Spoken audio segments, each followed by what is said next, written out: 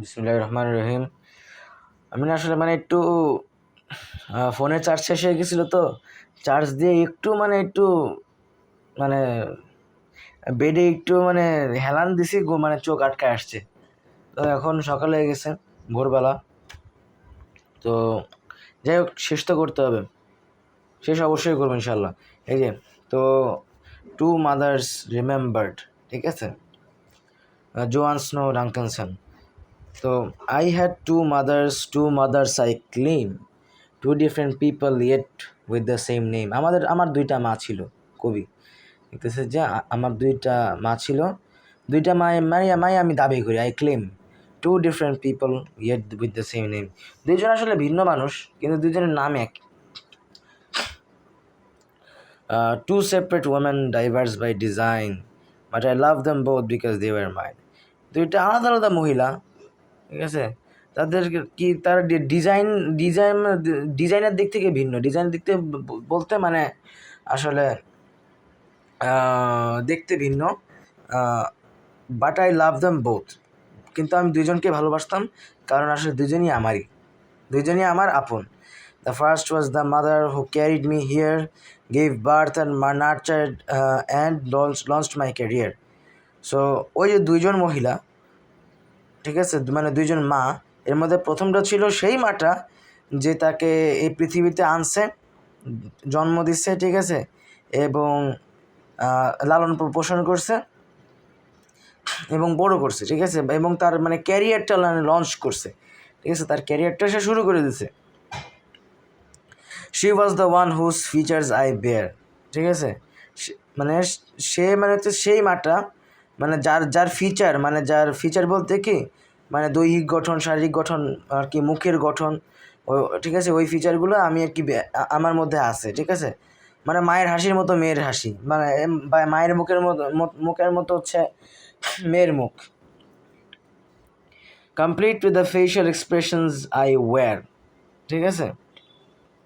তো কি আমার যে ফেশিয়াল এক্সপ্রেশনগুলো আছে, আমার হাসি, আমার কান্না, মুখের যে আর কি ইমোশনস, ঠিক আছে, ওইগুলোর মধ্যে কি আমার মাকে দেখা যায়। Okay, she gave me her love which follows me at along with the examples in life she set, ঠিক আছে, সে আমাকে ভালোবাসা দিছে, ঠিক আছে, যে উদাহরণটা আমার কাছে এখনও আছে, যে সে যে ভালোবাসা দিতে শিখাইছে, সেটা আমি আর কি এখনও ফলো করি, ঠিক আছে, ওই ভালোবাসার শিক্ষাটা আমাকে এখন ফলো করে।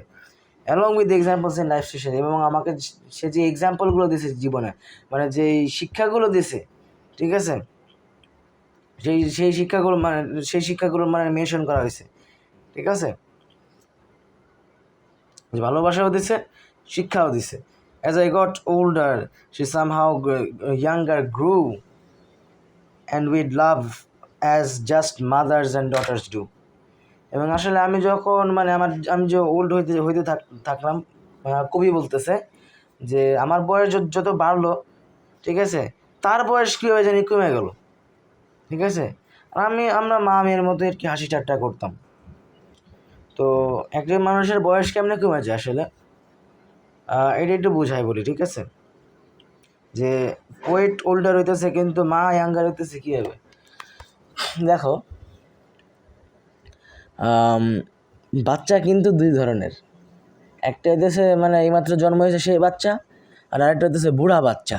কীভাবে, যে এইমাত্র জন্ম হয়েছে সেই বাচ্চা কিন্তু কিছুই করতে পারে না, সে কিন্তু একদম নির্ভরশীল, ঠিক আছে, মা বাবা তারে খাওয়া দিতে হয়, হাগা দিতে হয়, ইত্যাদি ইত্যাদি সব আর কি করে দিতে হয়, ঠিক আছে, টেক কেয়ার করা লাগে।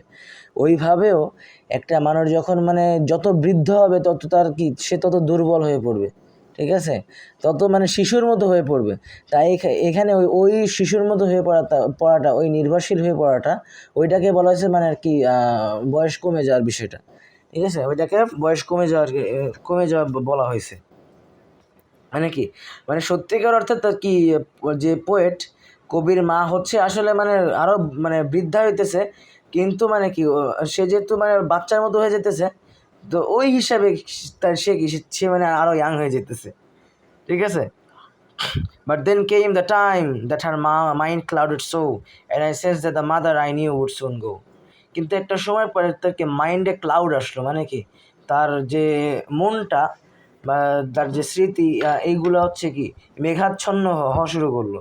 তো মাইন্ড ক্লাউড হওয়া মানে কি, এটার মানে হচ্ছে কি যে দেখো আমাদের যারা মানে আর কি বুজুর্গ মানুষ আছে, ঠিক আছে, যে আর কি বয়স্ক মানুষ, মানে বয়সের সাথে সাথে কি ওদের মানে চিন্তা শক্তি কমে যায়, ওরা জিনিসপত্র সহজে ভুলে যায়, ঠিক আছে। তো ওইটা কি মানে কি মাইন্ড ক্লাউড, ঠিক আছে, বা মনকে মানে কি মেঘাচ্ছন্ন হওয়া মানে আর কি বোঝায়। তো এটাই বলছে যে যখন তার এই যে সমস্যাগুলো দেখা দিতে শুরু করলো, তখন আমি চেঞ্জ করলাম যে না, আমি যে এই মার্ডারে চিনি ওই মার্ডার আসলে মানে চলে যাইতেছে, ঠিক আছে, ওই মাঠটা চলে যাইতেছে। So quickly she changed and turned into the other, a stranger who dresses in the clothes of my mother. So দ্রুত বয়স হইতে হইতে সে কুইকলি চেঞ্জ, ঠিক আছে, আমার মা পরিবর্তন হয়ে গেল। এই যে দুইটা মায়ের কথা বলছে না, দ্বিতীয় মায়া পরিবর্তন হয়ে গেল, ঠিক আছে। এবং সে কি, সে একটা স্ট্রেঞ্জার, ঠিক আছে, সে একটা অচেনা মানুষ যে আমার মায়ের কাপড় পরতো, ঠিক আছে। কীভাবে, মানে সে বৃদ্ধা হয়ে মানে একদম শিশুর মতো হয়ে, নির্ভরশীল হয়ে, দুর্বল হয়ে, এমন একটা অবস্থা যে সেই যেন এখন শিশু হয়ে গেছে, ঠিক আছে। এইটাই তো মানে সেকেন্ড মাদার। ফার্স্ট মাদারটা কে ছিল তাহলে? ফার্স্ট মাদারটা ছিল সে যে কবিকে বড় মানে আর কি জন্ম দিয়েছে এবং বড় করছে। আর এখন সেকেন্ড মাদারটা সে, ঠিক আছে, যার দেখভাল এখন মানে কবি করবে, ঠিক আছে। প্রথমটা হইতেছে ইয়াং মা, আর দ্বিতীয়টা হইতেছে এখন বৃদ্ধা মা, ঠিক আছে। ও she look the same at least at arms length, ঠিক আছে, ধরনে গঠনে তো একই তো মনে হয়েছে তারে, ঠিক আছে। But now she was the child and I was her strength, কিন্তু নাও সে শিশু এবং আমি তার সম্বল, ঠিক আছে। সে এখন কি মানে এখন বুড়া হয়ে গেছে, বুড়ি হয়ে গেছে, এখন হইতেছে আর কি সে এখন মানে ছেলে তার আর কি সন্তানের দেখভালের মধ্যে থাকবে, ঠিক আছে। তো কি মানে সেই হচ্ছে কবি হইতেছে তার মায়ের সম্বল, আই ওয়াজ আর স্ট্রেংথ বা স্ট্রেংথ মানে কি সম্বল বা শক্তি। With come full circle we women three, my mother the first, the second and me. দেখি একটা সার্কেলের মতো হয়ে গেল না বিষয়টা, যে প্রথমে কি ছিল, মানে ইয়াং মাটা ছিল, এরপরে ছিল কি মানে আর কি মানে কবি বা আর কি বাচ্চাটা। তো এখন কি, এখন কবি বা বাচ্চাটা হইতেছে মায়ের মতো হয়ে গেছে, মায়ের মতো দেখভাল করে, এবং মা হয়ে গেছে শিশুর মতো।